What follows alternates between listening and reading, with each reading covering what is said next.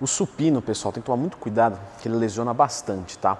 Eu vou falar nesse vídeo aqui, então, dos meus exercícios preferidos. Já clica no gostei, se inscreve no canal. Lembra que dia 8 de agosto tem o quê?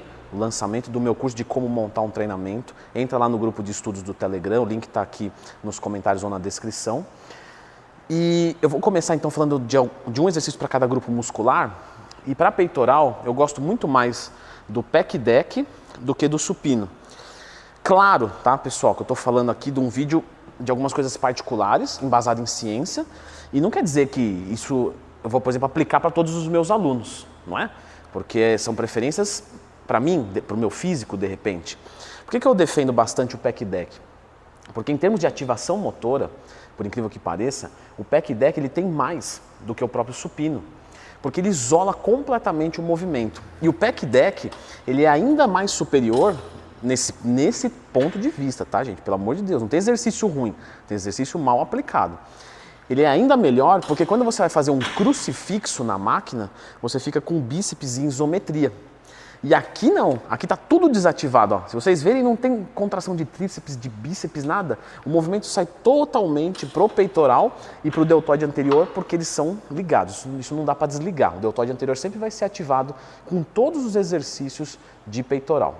Para dorsais, eu gosto muito da puxada, né? A puxada vertical. Para a gente trabalhar a nossa largura das dorsais. Então eu vejo que muitas pessoas falta largura. Isso é ruim por quê? Porque a maioria não é mesomorfo. A maioria ou é ecto ou é endo. O ecto é estreito, o endo é espesso, mas os dois não são cinturados. Para você fazer essa cintura, você precisa fazer o quê? Afinar aqui é difícil, né? Leandro, estou vendo isso. Ninguém perguntou. Mas se eu posso alargar minha cintura escapular, é muito melhor.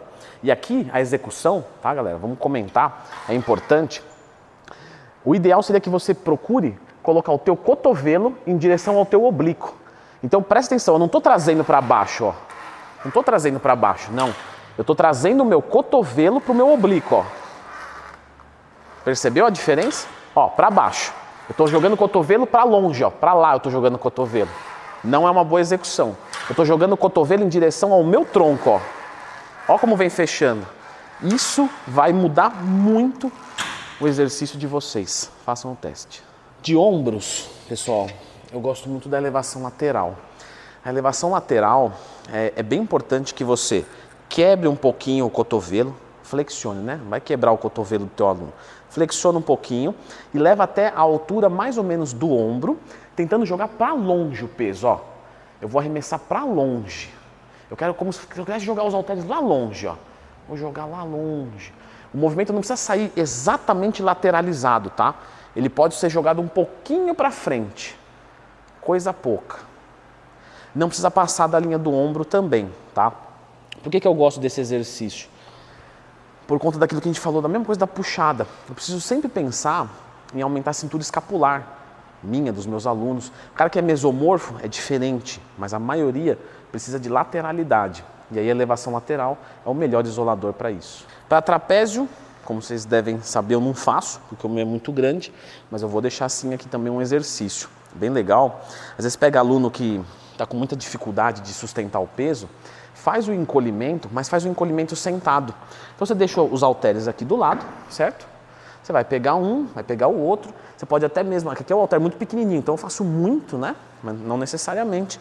Se for um halter grande, que normalmente manipula cargas grandes. E aí você faz o encolhimento normal, só que sentado no banco. Isso vai facilitar um pouco, né, para você não cansar tanto fazendo o exercício.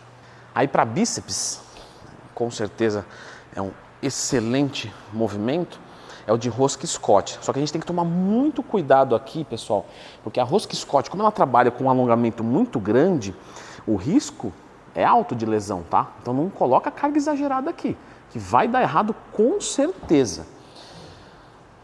Por que eu gosto desse exercício? Porque quando você apoia o teu tríceps, você consegue focar mais o bíceps braquial. E aí você faz um movimento completo, com muita concentração.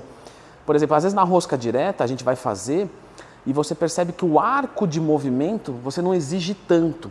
Então, por exemplo, uma rosca direta, quando está chegando próximo da falha, o que acontece? ela não sobe. E você faz força e você começa a descoordenar. Aqui na rosca Scott, por que eu gosto? Vocês sabem disso. Tá chegando perto da falha. Aí não vai subir, você fala, não, mas eu vou tentar. Meu, você vai, não desiste, não desiste, não desiste. Vem vindo, com uma incrível segurança. Então você consegue levar esse exercício até a falha com muita segurança, desde que não tenha muita carga. Toma cuidado com o rosca Scott, é lesivo. Para tríceps, eu gosto do tríceps corda, tá? É um excelente movimento, só que a gente tem que lembrar o seguinte, tá? Quando você for executar o tríceps corda, pense em estender tudo que dá. Então você vai trazer, tem gente que para aqui. Não, o ideal é que você jogue e continue esmagando e até mesmo você pode dar no finalzinho uma forçadinha mesmo, ó. Esmaga bem, você vai sentir pegar bem essa parte aqui de trás, certo? Então, meu, faz, esmaga no final, gira um pouquinho para fora, vai pegar muito. Para antebraço, eu gosto muito da flexão de punho, porque realmente a extensão de punho, ela dá um desenho bonito aqui, né? Mas para você pegar um volume um pouco maior de antebraço, e eu tenho dificuldade com antebraço, Leandro, você tem dificuldade com tudo. É bom que a sua opinião não vale aqui. A gente consegue, na flexão de braço, construir mais volume, tá? Então, é importante que você faça um movimento bem controlado e você pode fazer variações também com os dedos, né? Então, você pode abrir os teus dedos e fazer a flexão. Abre os dedos e faz a flexão. O movimento do punho é legal e o da flexão dos dedos também dá diferença. Então, pessoal, vou deixar vocês com a indicação de mais um vídeo aqui e lembra do lançamento do meu curso de como montar um treinamento, dia 8 de agosto. O link está aqui nos comentários. Entrem lá no grupo de estudos do Telegram. Confira esse vídeo.